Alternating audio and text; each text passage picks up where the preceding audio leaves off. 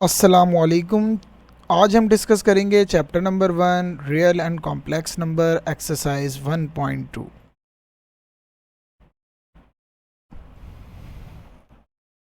Exercise को start करने से पहले कुछ बेसिक कॉन्सेप्ट क्लियर कर लेते हैं। देखें, कम्यूटेटिव प्रॉपर्टीज़ हमारे पास क्या होती हैं।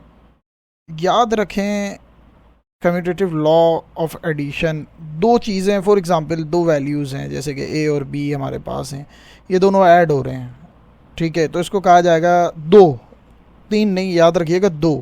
अगर दो वैल्यूज़ ऐड हो रही हैं तो उसको कहा जाएगा कम्यूटेटिव लॉ। और दूसरी जानिब जो है वो यानी कि ए प्लस बी है, दूसरी जानिब बी प्लस ए हो गया है, तो उसको कहा जाएगा कम्यूटेटिव लॉ ऑफ एडिशन। इसी तरह से यही चीज़ आप मल्टीप्लिकेशन में भी कर सकते हैं। कम्यूटेटिव लॉ ऑफ मल्टीप्लिकेशन से मुराद क्या है, A B B A. Commutative law of intersection भी होता है कि ए इंटरसेक्शन बी निकाल लिया आपने और बी इंटरसेक्शन ए निकाल लिया, यानी कि दो साइड्स हैं इसके अंदर, दो से ज़्यादा नहीं होनी चाहिए, यानी कि दो साइड जो हैं उनके दरमियान अब इंटरसेक्शन निकाल रहे हो और पहले ए इंटरसेक्शन बी निकाला है फिर बी इंटरसेक्शन ए निकाल लिया है, तो ये दोनों कहलाएंगे कम्यूटेटिव लॉ ऑफ इंटरसेक्शन। इसी तरह से कम्यूटेटिव लॉ ऑफ यूनियन भी हो सकता है। लेकिन अगर हम दो की बजाय तीन सेट के दरमियान या तीन वैल्यूज़ के दरमियान ये काम कर रहे हों, लेकिन सारा क्या हो, एडिशन हो, तो उसको कहा जाता है एसोसिएटिव लॉ ऑफ एडिशन। इसी तरह से associative law of multiplication, associative law of intersection और एसोसिएटिव लॉ ऑफ यूनियन होता है हमारे पास। तो देख लें, सब जगह पे यहाँ पे यानी कि यहाँ पे दो मौजूद थे, ए और बी मौजूद था, यहाँ पे सी भी आ गया है, ये इसके अंदर सिर्फ फ़र्क है। डिस्ट्रीब्यूटिव लॉ क्या होता है, इसमें भी तीन साइड मौजूद होते हैं, लेकिन इसमें मल्टीप्लिकेशन भी होता है और एडिशन भी होता है।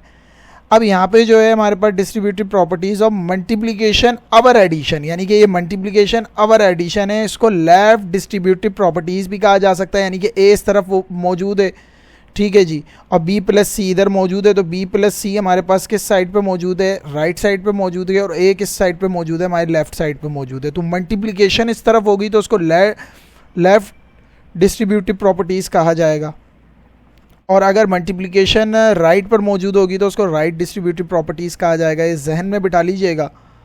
इसी तरह से आप distributive law of union our intersection, union पहले आ रहा है तो यूनियन अवर इंटरसेक्शन है, और इंटरसेक्शन पहले आएगा तो इंटरसेक्शन अवर यूनियन हो जाएगा।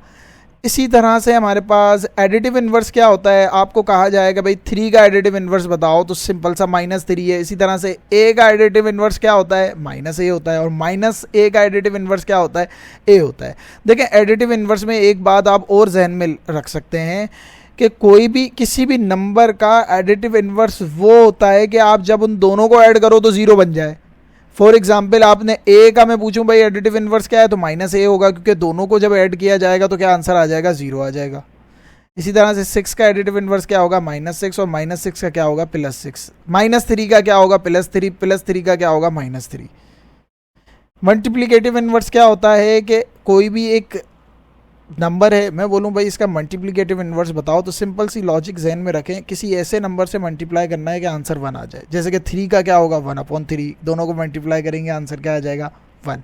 ए का मल्टीप्लिकेटिव इन्वर्स क्या होगा, 1/a, दोनों को मल्टीप्लाई करेंगे, ए से ए कैंसिल आउट हो जाएगा, 1 आ जाएगा।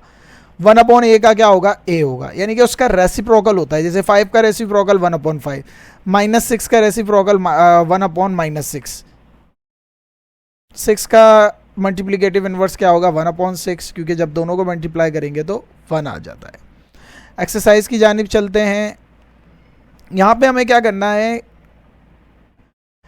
प्रॉपर्टीज़ बतानी है, यानी कि हमें ये बताना है कि कौन सा लॉ यहाँ पे लग रहा है, कम्यूटेटिव लॉ लग रहा है, या हमारे पास एसोसिएटिव लग रहा है, या डिस्ट्रीब्यूटिव लग रहा है, या मल्टीप्लिकेटिव इन्वर्स की फॉर्म लग रही है, या एडिटिव इन्वर्स की लग रही है। अब यहाँ पर देखें 1/2 + 2/3, अब यहाँ पर ये घुमा कर लिख दिया 2/3 + 1/2, तो उसको कम्यूटेटिव लॉ ऑफ एडिशन कहते हैं। कम्यूटेटिव प्रॉपर्टीज़ ऑफ एडिशन यहाँ पे लग रहा है हमारे पास। इसी तरह से यहाँ पे देखें, यहाँ पे सबके दरमियान एडिशन मौजूद है, पहले तो ये आप क्लियर कर लीजिए, सबके दरमियान एडिशन मौजूद है, और ये 3 वैल्यूज़ हैं, और 3 वैल्यूज़ जब हमारे पास होती हैं तो एसोसिएटिव प्रॉपर्टीज़ लगती है। तो एसोसिएटिव प्रॉपर्टीज़ ऑफ एडिशन हमारे पास यहाँ पे लग रही है। एडिशन इसलिए आया है क्योंकि सब जगह पे प्लस मौजूद है। इसी तरह से यहाँ पे देखें, यहाँ पे मल्टीप्लिकेशन मौजूद है और यहाँ पर क्या है, एडिशन मौजूद है। इसका मतलब यहाँ पे डिस्ट्रीब्यूटिव प्रॉपर्टीज़ लग रही है और डिस्ट्रीब्यूटिव प्रॉपर्टीज़ लेफ़्ट साइड की लग रही है क्योंकि पहले मल्टीप्लिकेशन हमारे पास आ रहा है। अगर यही मल्टीप्लिकेशन इस तरफ होता तो राइट साइड की लगती। अच्छा, यहाँ पे हमारे पास क्या है, बिल्कुल उसी तरह से वैल्यू मौजूद है, प्लस भी है, मल्टीप्लिकेशन भी है, लेकिन वैल्यू जो है वो दूसरी राइट साइड पे मौजूद है। राइट साइड पे मौजूद होगी तो right distributive properties of multiplication और एडिशन होगा। जो मैंने शुरू में प्रॉपर्टीज़ आपको बताई हैं वो जहन में बिठा लेनी है तो आपको प्रॉब्लम नहीं होगी यहाँ पे।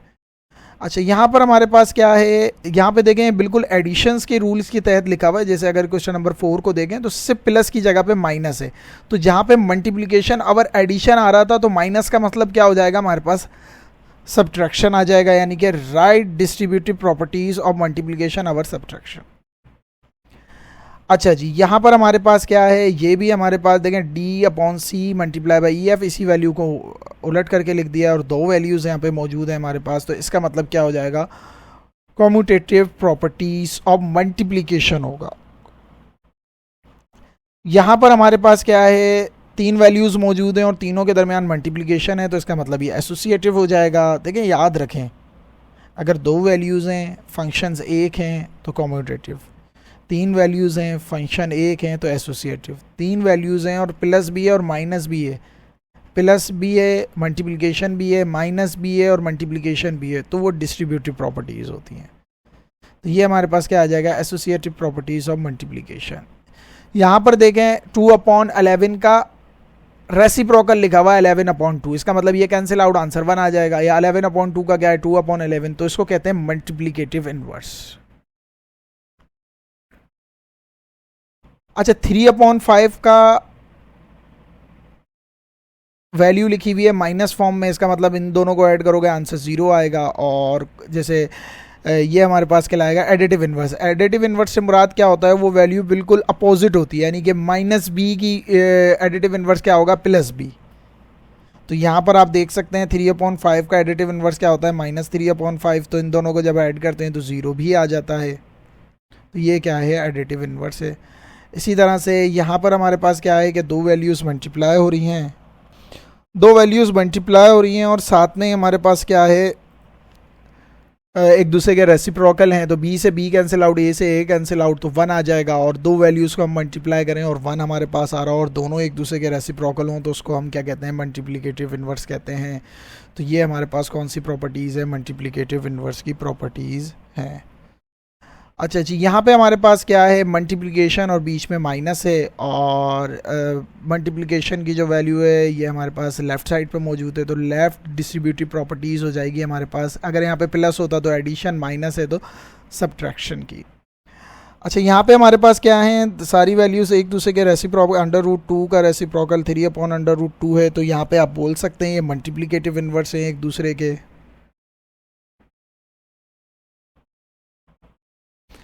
क्वेश्चन नंबर 2 में क्या करना है, हमें ये कुछ चीज़ें फिल करनी है, यहाँ पे इसको भी देख लेते हैं।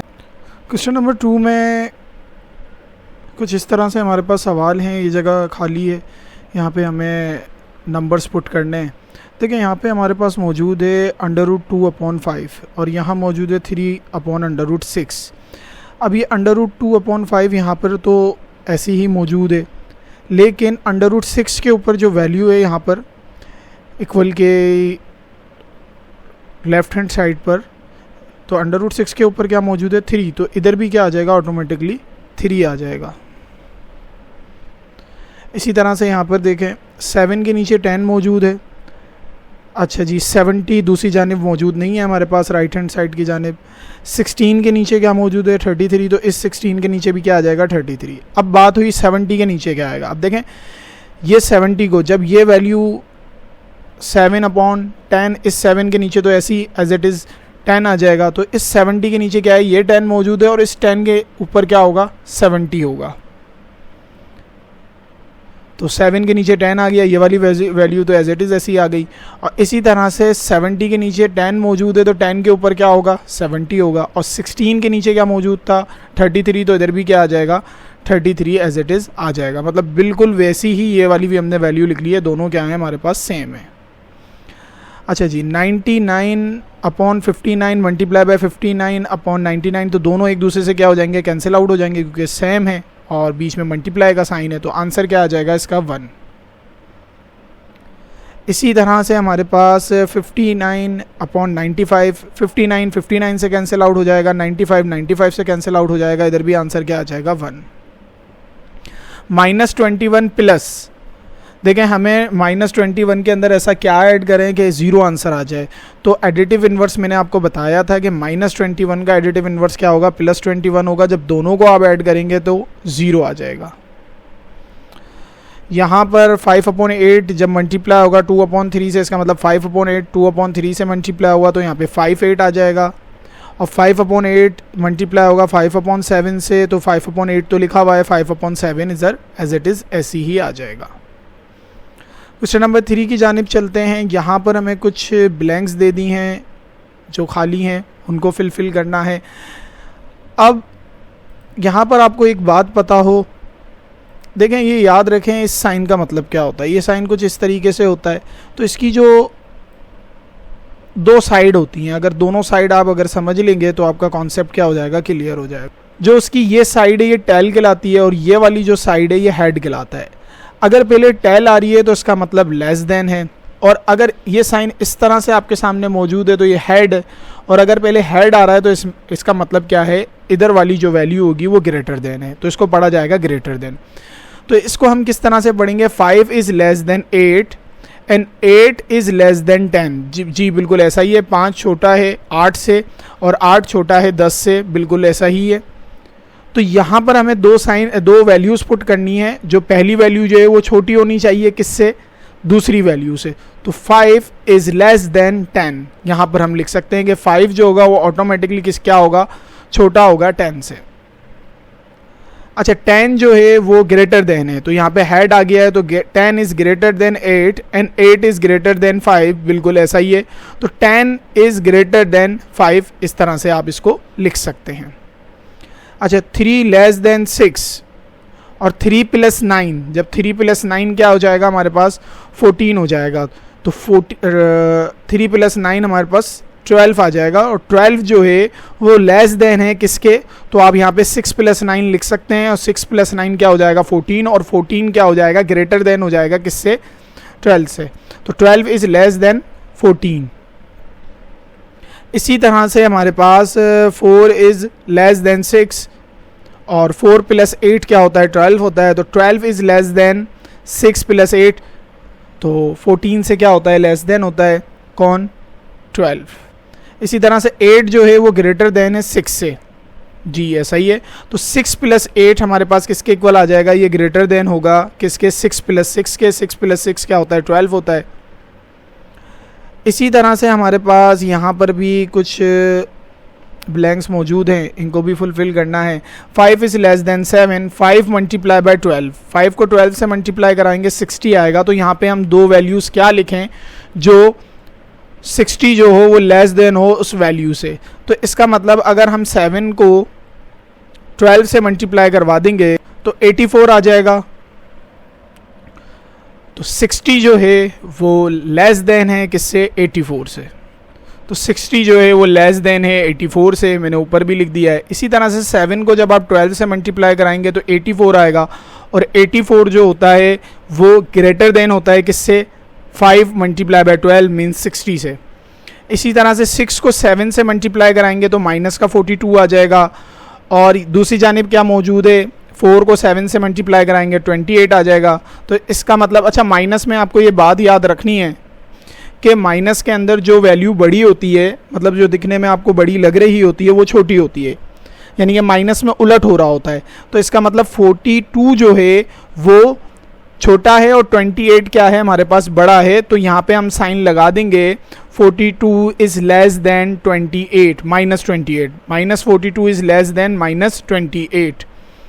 लेकिन अगर ये माइनस का साइन नहीं होता तो ग्रेटर देन का साइन आता, 42 इज़ ग्रेटर देन 28, इस तरह से लिखा जाता। इसी तरह से 2 को 4 से मल्टीप्लाई कराएंगे 8 आ जाएगा, और 8 को 4 से मल्टीप्लाई कराएंगे माइनस का 24 आ जाएगा।